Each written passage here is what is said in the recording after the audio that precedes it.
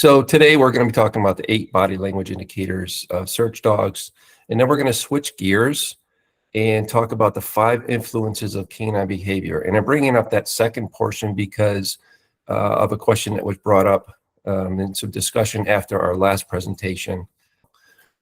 Again, this is Dr. Stephen McKenzie's academic property. I ask that it is not duplicated or disseminated without authorization. And I put this in here, why learn this nerd stuff, because this stuff is starting to get nerdy, and I want everyone to understand that, we're professionals and this can help our credibility. So I'm going to start talking about behaviors and that type of stuff. So I want to be very clear that apply to all search dogs. If they're searching for people, if they're searching for drugs, if they're searching for explosives, it doesn't matter. These body language indicators are shown on each dog's. Okay, so here they are, the 8 body language indicators of tracking and search dogs. We'll go through each one of these one at a time. First is strength of pull. Second is the head status. Third, nose hooks, breathing changes, tail status, cadence changes, cutting the circle. The last one is crabbing. Okay, so these 8 signals of search dog, it pertains to searches of all kinds: detection, articles, evidence, building searches, area searches, tracking. If your dog is searching, then your dog is showing some of these signals. All dogs will exhibit some of these signals, and no dogs will exhibit none of these signals. So the first one is strength of pull. Strength of pull refers to how hard is the dog pulling you when the dog is in odor or in scent. What does it feel like in your hand? Versus when the dog is not in odor or not in scent. Is there a change of the strength of pull with your dog? Now, I have photos mostly for tracking and detection here. So here's some tracking dogs. These are dogs that are showing kind of a strong strength of pull. And we're going to assume that they are in scent here. All right. So you can, and I'm looking at the handlers. The handlers are leaning back a little bit. So I'm assuming that these dogs are pulling pretty strongly. All right. Their leads are tight. So these are dogs that show a strong sense of pull when they are in scent in a tracking scenario. Here is a detection scenario where the dog is, again, seems to be pulling pretty hard. Strength of pull is something that is felt by the handler in their hands, and you can see it as an observer when the handler is jerked by their dog. All right, I'm sure you've all seen handlers almost get pulled off their feet when their dog makes a decision to go. That's the strength of pull, and the idea is we want to find out what your dog does when as far as strength of pull when they are in scent or odor and when they are not in scent or odor. So strength of pull is the first one. Head status is the second. Head status refers to where is the head in relation to the body when they are in scent versus where is the head when the dog is not in scent or in odor. So in the tracking scenarios here on the video, there's the Malinois up top. He's got a pretty low nose. His head is low. His head status is low. We call those nose deep. And then the German Shepherd photo on the bottom, his head is a little bit higher. Now, I know the vegetation is a little bit taller in that picture, but the idea is dogs, while they're working, their head status usually goes to where they are comfortable, where the dog is comfortable. Most tracking dogs go nose deep, but there are some that will have a higher head status as they're tracking. Some dogs are even, checking in on the odor and then dropping their head, raising their head, that type of thing. It's what does the head look like when the dog is in odor or scent? What does the head look like when a dog is not in odor or scent? And usually there's a change of that. Now we could talk about tracking. you know, when we get to a turn and you see the head status is a big indicator. Usually the head comes up, dog might turn back in towards the track, but pay attention to what the head is doing and where the head status is. So when it comes to head status, and here's a detector dog, when it comes to any type of body language that we're talking about, I don't mess with it. It's the dog's style. And usually if I try to change the dog's head or anything in its style, then I create problems. So if a dog is a tracker with his head held up a little bit higher, I don't mess with it as long as the dog is being successful. So the tracking, you know, we have our head low, a little bit higher. Even some dogs kind of bounce their head as they go on tracking. Head status is apparent in detection when usually it's a high find, or at least the odor is coming from above, and you'll see the dog turn his head and face upward.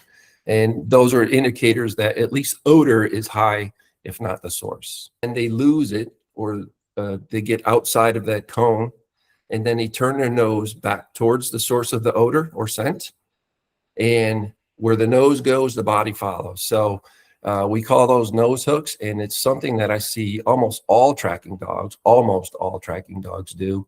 And most detection dogs do this as well. So here's a dog that's tracking in a very short video. So here's a hook, nose hook, nose hook. And I know you guys have seen this before. It kind of brackets where the scent is. But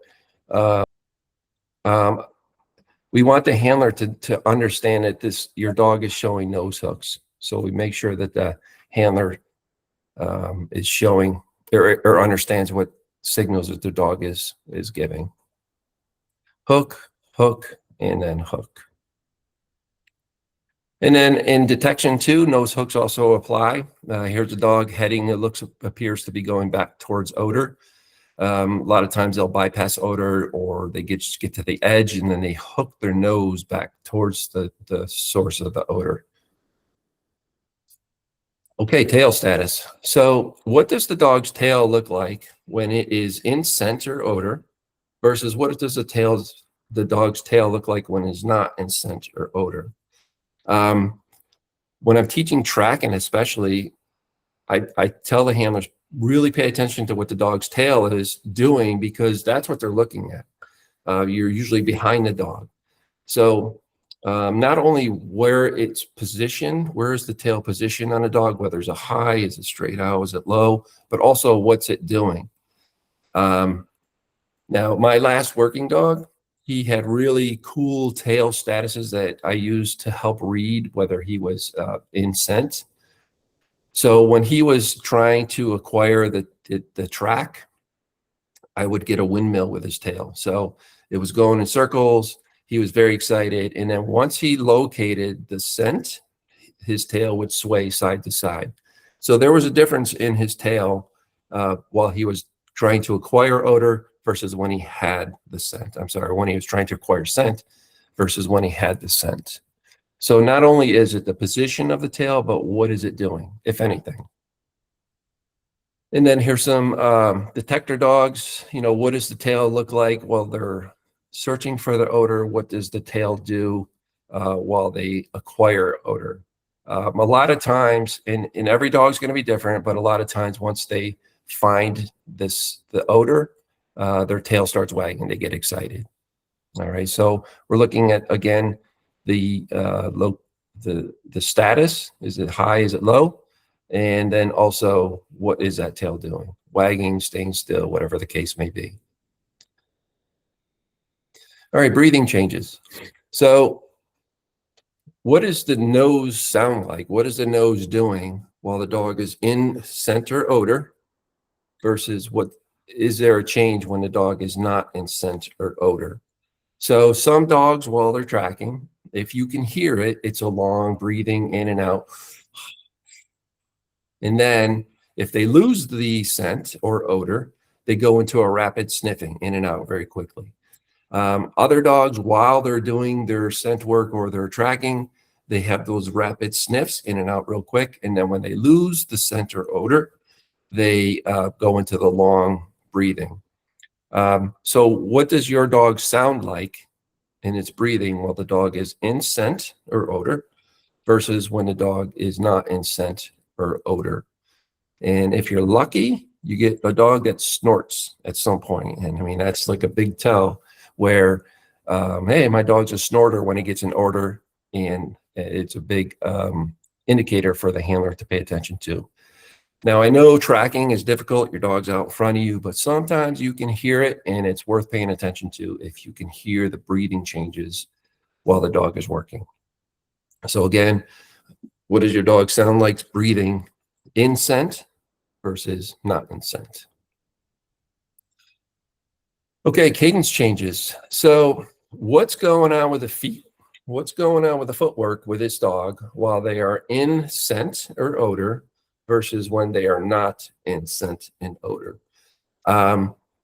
Pay attention to the footwork, to the strides. Are they long strides? Are they short strides? If you can read the pace or trot, even the footwork, horse people are really good about reading cadence changes. I have a hard time telling the difference between a pace and a trot. It has to do with location of the feet. But what's going on? Are they long strides? Are they short strides? Are they happy feet?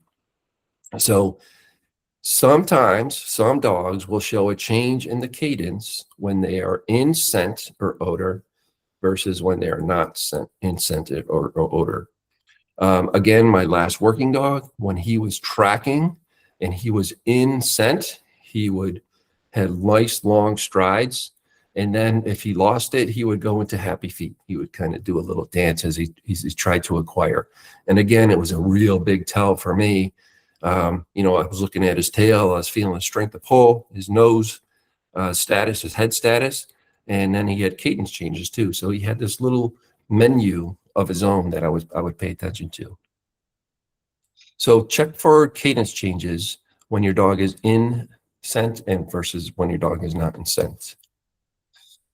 Okay, cutting the circle. We're on our last two, cutting the circle and then crabbing. These are only applied to tracking. All right, this is not other type of searches. So this applies to tracking. So cutting the circle is this. The black on this slide represents our track layer. So he walked forward, he made a hard right-hand turn, and he continued. And then the blue is our dog. So the dog, in this case, bypassed the turn, which is very normal. We see it all the time. And then typically their head raises, but they start to cast. They'll self-cast a lot of times, or you can cast them, but they start searching for the scent again. And they backtrack and they kind of come in a circle. They might sniff where they had just been. They might even sniff where the track is going. And at some point during this circling, this casting, they make a decision and then they go. Okay, so this is just one example of cutting the circle. The dog bypasses the turn. He turns to his left. He starts to circle. He goes over the original track. Okay, that smells familiar. Goes over the fresh track. Okay, that might be it. He continues to search, and then makes his decision and goes. Cutting the circle comes in different forms. It might be a half of a circle. And I had a dog once that I trained. He circled 5 times. Every single turn, he would circle 5 times. You could set your watch to it. So every dog has their own little form of cutting the circle, if indeed they show cutting the circle as an indicator during turns on tracking. All right, crabbing. So crabbing refers to a dog walking forward, but their body is canted. And to be honest with you, I see this very, very rarely. But I finally, this dog that's on the slide here, I trained this dog. This is a hard surface track. And I finally got a dog that I could take a picture of crabbing. So you'll see in the photos, this is hard surface. So the dots on the ground, that's spray from distilled water that I use to train the dog. And then the dog's footprints, actually, you can see on the right-hand photo, walking alongside the true track, and his body is kind of canted. All right, so again, it's kind of rare, but I've seen it now once or twice, where a dog, when the dog is in odor, he starts to crab, or I should say when he's in scent, he crabs. And then when he loses the scent, he straightens his body out. All right. So this is a dog that showed crabbing when he was in scent. And then when he lost scent, he would straighten his body out. But that's not, some dogs just naturally crab as they walk.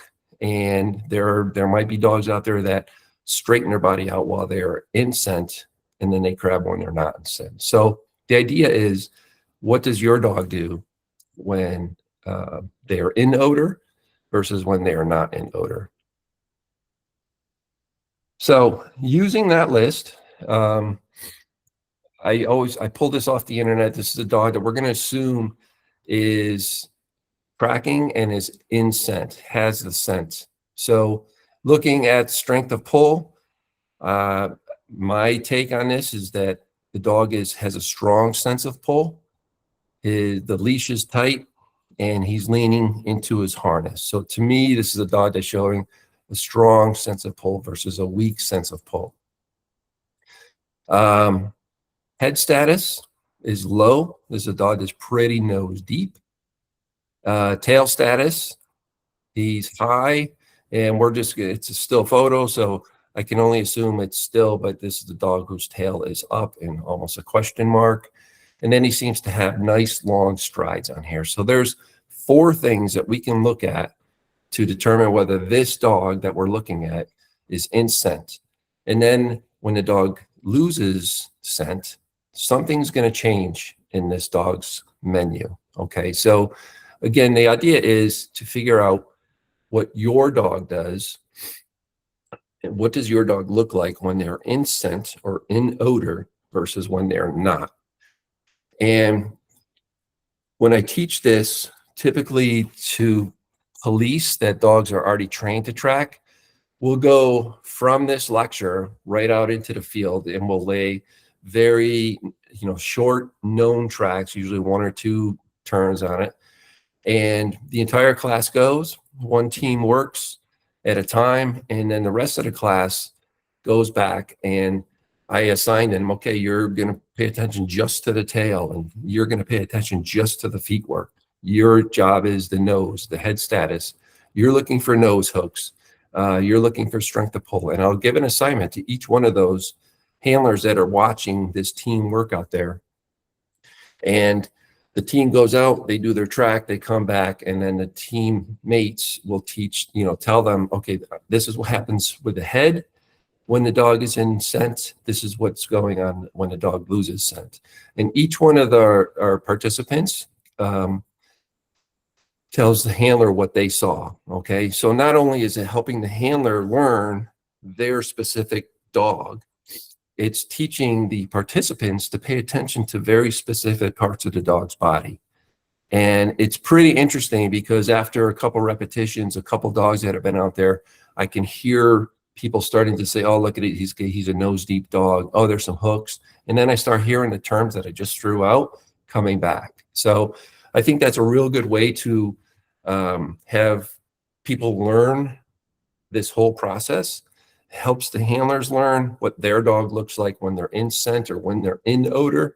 And it helps everyone learn to pay attention to very specific parts of the dog's body. So that's one of the things that I show people to do. I make a point of doing that exercise with especially police dog teams, and it seems to be pretty productive out there. So that's one of the ways that you can teach teams to learn about what their dog's menu looks like off of those 8 signals. And all dogs will show some signals, so you have to figure out what that dog has for signals, and no dog will show none. So all dogs are going to have a menu, and our job is to just kind of figure out what that menu is, present it to the handler so that they can better able to read their dogs. So that's one way to learn your dog signals. Another one is to have the track layer go with you on the track and coach you through the track. when I trained and when I was being trained, we would just stick a toy or something, a big reward at the end. Very rarely was there a person. And then the track layer would come back and I would work the track. We would work the track. And I did it a lot with Doc McKenzie when I was bringing up, especially my last dog. Doc would lay a track for me, and then he would come back and he would walk behind me and chatter in my ear. Okay, there's some nose hooks. You see his nose hooks, Kyle? All right, look at his tail. Look, it was a windmill. It's not a windmill anymore. It's side to side. And he's telling me what I should be looking at.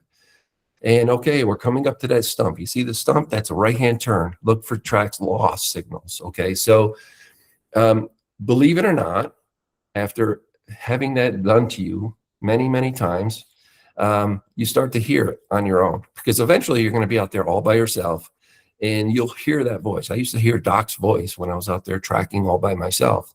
Oh, okay, look at it. There's the windmill. Oh, he's not certain. He doesn't have it yet. So I kind of talked myself through it based on what Doc had told me all those times. And then a third way to do it, and I'm sure there's other ways, is film the track.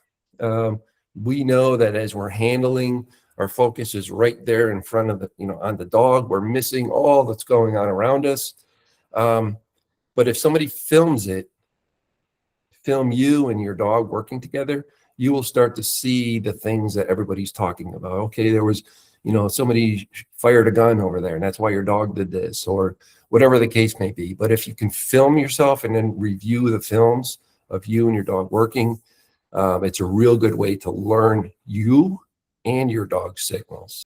And now I want to go into the 5 influences of it's canine behavior, but it's basically behavior, animal behavior.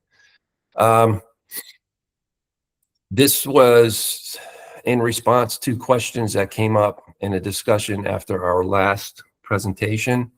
So I wanted to bring up the influences of canine behavior in this, and it's a good segue into our next presentation in a couple weeks. Okay, so here they are, the 5 influences of behavior: genetics, chemistry, early life experiences, adult learning, and then health or medical conditions. And we'll take each one of these one at a time. So these are the things that are going to influence a dog's behavior. First is genetics. All right, so Doc McKenzie was a PhD in genetics. He knew genetics in and out. I am not a geneticist. I know that much about genetics, but a lot of what I learned about genetics, Doc taught me. So genetics, as we know, you get what you get. You could have 2 very strong genetic parents, and you can still have, puppies that are not productive. Once in a while, you get 2 unproductive parents, and you get a very productive litter or a puppy or 2. So genetics play their genetic games. I don't try to understand it, but you get what you get, and you can only train a dog up to its genetic potential. Now, one thing that Doc did tell me when it comes to genetics is that genetics present throughout the course of the dog's life. So in the way he explained it to me was there are chromosomes that are kind of hidden or like crunched together. And over time, as the dog's chemistry changes inside the body, the dog starts to age, these chromosomes actually physically open and then are presented. So you could come up with genetic behaviors, genetic things that happen to a dog throughout the dog's life. And it's something worth paying attention to, because if you've done everything you can do, this might be a genetic thing that happened to this dog later on in its life. So genetics, first influence on behavior. Chemistry. So chemistry, I'm referring to the chemicals in the dog's body. I'm talking about hormones, pheromones. I'll talk about myelinization here in a second. These are neurotransmitters, serotonin, dopamine, cortisol. So these are the chemistry, the chemicals that are bouncing around the dog's head, in his brain and his body. All right. So hormones play a big part in a dog's behavior. We know that, a dog in heat, a female in heat, they have some behaviors, right? And then when there's females in heat, the males have some behaviors as well. So the chemistry that's out there is changing dogs' behaviors. Now, myelinization is something that happens in the brain while it's being developed as a puppy. So myelinization is something that is like the hardening of neurological pathways in the brain. So if a puppy is exposed to a lot of good things while it's being its puppy, then the myelinization will harden that pathway and make it an easy pathway for the dog to handle life, I guess, with whatever is presented to it. So myelinization is also part of the chemistry that dogs that influences behaviors in dogs, but it has to do with puppy development, early life experiences. So puppy development is going to be very, very important for working dogs. These dogs need to be exposed to, anything and everything. We need to myelinize those pathways in the dog's brain. And that's why it's so important that working dogs are raised appropriately, raised by people who know what they're doing, and they expose the dog to as much as they can, anything and everything to myelinize the pathways in the brain so that everything is normal for that dog. As they grow, everything becomes more normal. The puppy stages are incredibly important because it carries the dog for the rest of its life. So early life experiences are also influencing dogs' behavior. So Fluffenberger and Scott, they developed this developmental stages. This is from some of the textbooks out there. And the socialization period this is the important part of the chemistry where the myelinization occurs. They need to be exposed to anything, like I said, anything and everything, so that everything is normal for the dog. Again, and I'm not going to read all of this, but the socialization period is also called the critical period or primary imprint period. It's the most important time when it comes to working with dogs, for working dogs, because of the myelinization, the hardening of those pathways. Everything needs to be very, very normal for the dog once they get older. Okay, so number 4 is adult learning. So how are we teaching these dogs? How are we training these dogs? It's all going to have a influence on the dog's behavior. Are they being trained using techniques that are harmful, or are they using techniques that are beneficial for the dog so that they remember and they're productive? So adult learning is our job. That's where we come in. And this is the segue to the next presentations where we get into the really nerdy stuff, the Skinner quadrants, habituation, flooding, systematic desensitization, that type of stuff, ABC triangle. But how are we training our dogs is going to be a big influence on the dog's behaviors. And then health. Okay, so no matter the genetics, the development, or training, if a dog does not feel well, its performance will diminish. The dog doesn't feel good, or he's injured, it's too hot, it's too cold, his paws hurt, whatever the case may be. They could be the genetically strong dog with excellent puppy raising and myelinization occurred and everything is strong, they're trained correctly, but if they don't feel good, then their behaviors are going to be altered. So health is an important part of dogs' behaviors. 2 separate portions that we talked about. I hope it was beneficial for you guys. Are there any questions about what we talked about today? I have one for you, Kyle. I'm interested in the pull on the track. it seems like dogs will start out with somewhat of a pull, and then down there at some point in time, it's like that dog is got the jackpot, so to speak, and he really pulls hard. You know what it is that that dog hit that made him go, he's going. What's driving that dog to pull so hard? You mean when they're tracking along and they get towards the end, or they're just tracking along and they're pulling hard?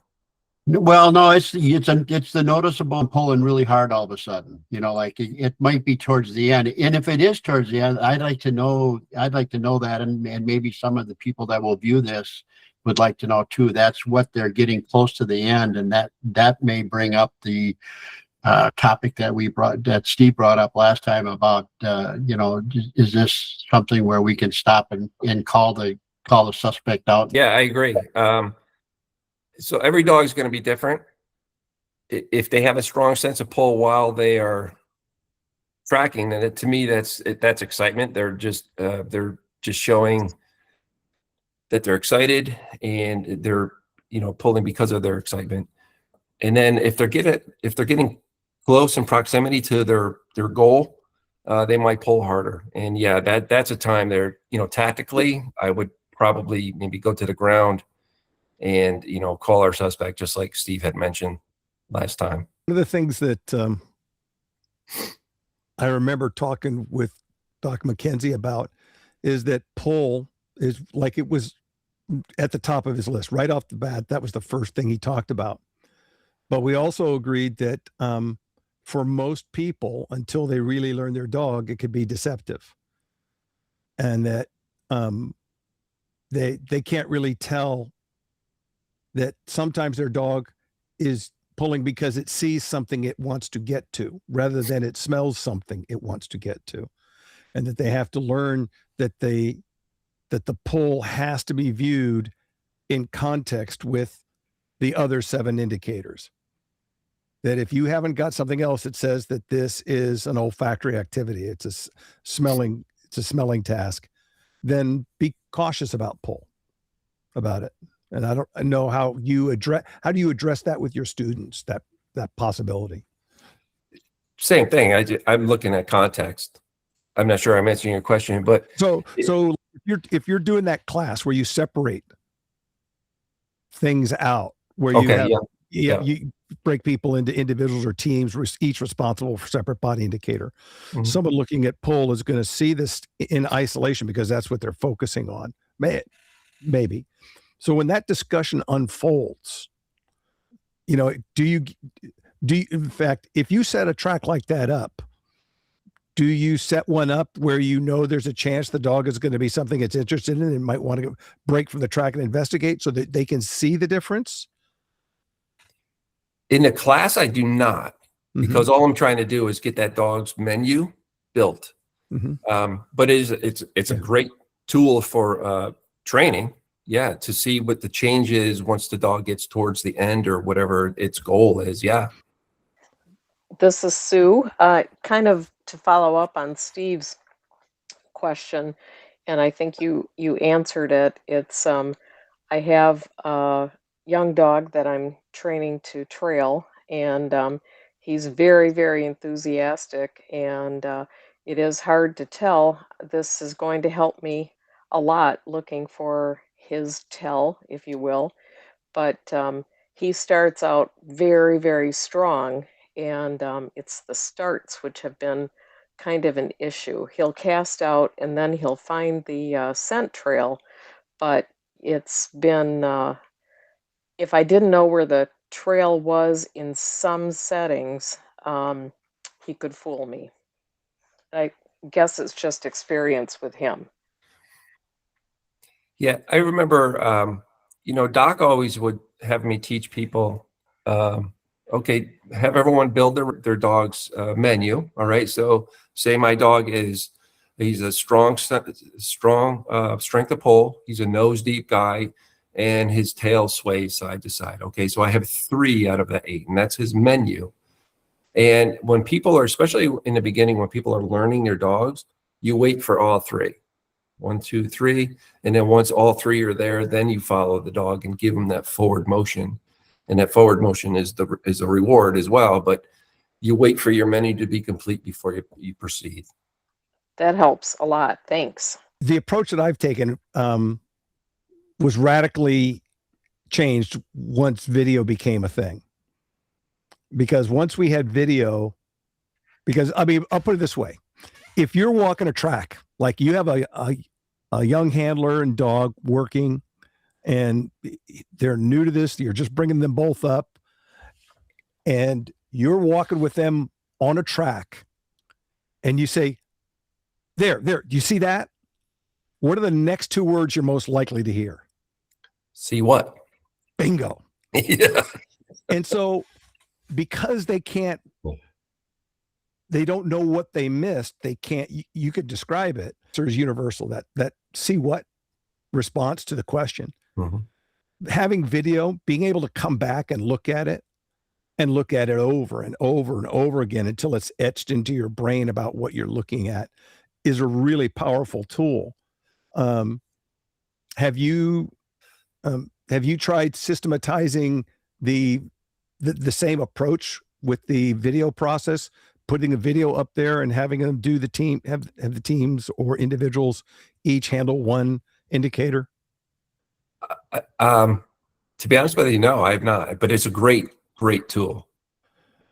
Because the beauty of it is you can have people watch something and have them write a narrative of why they thought the dog was on or off or in or out of scent. Yeah. And then come back later and break it down with the system. And all of a sudden they see the difference between what they thought they had, all the things they thought they'd taken in and what was actually there for them to take in. That's a great. I mean, video don't lie, and it doesn't forget. Yeah. So, yeah, that's great. I'm going to start using that. Thank you. I love that. That's really helpful. Yeah. If you just go with a pull, which is what I've kind of been doing a little bit, this is my first live find dog. It's that gets us into trouble. So that helps a lot. I like the system that Doc developed. I mean, he traveled the world. He would see handlers and he would say, handlers have a hard time reading their dogs. So being the academic that he was, he came back and he developed this list, this thing for handlers to check off and develop a way to read dogs. So it's worked really well for me. And I think it's a really good, beneficial thing. Have you heard the story about how he gave it to me, or how I got it from him? Was it a napkin? Yeah. Yep. Pizza stain napkin. It had, had pizza sauce on it and everything. Yeah. I snagged that thing after he sat there and went through it for a bunch of us at a USPCA National in Colorado. Oh, okay. In Boulder. A couple months ago, Doc's wife, his widow, asked me to come to the house, and she gave me some things of his, and I don't know if you can see there's a pipe behind me. That's Doc's pipe. Yeah. So one of the things was the 8 signals that Doc had written out on a little piece of paper. So that's a big memento for me. Yeah, I'm really proud to have that. Did you keep the napkin? I wish I still had it, but I don't. It breaks my heart. I'd frame that puppy and put it on the wall. Thank you again, everyone. The next 1 or 2 are actually more behavior. It's going to get into the nerdy stuff, and I do appreciate you allowing me to do this.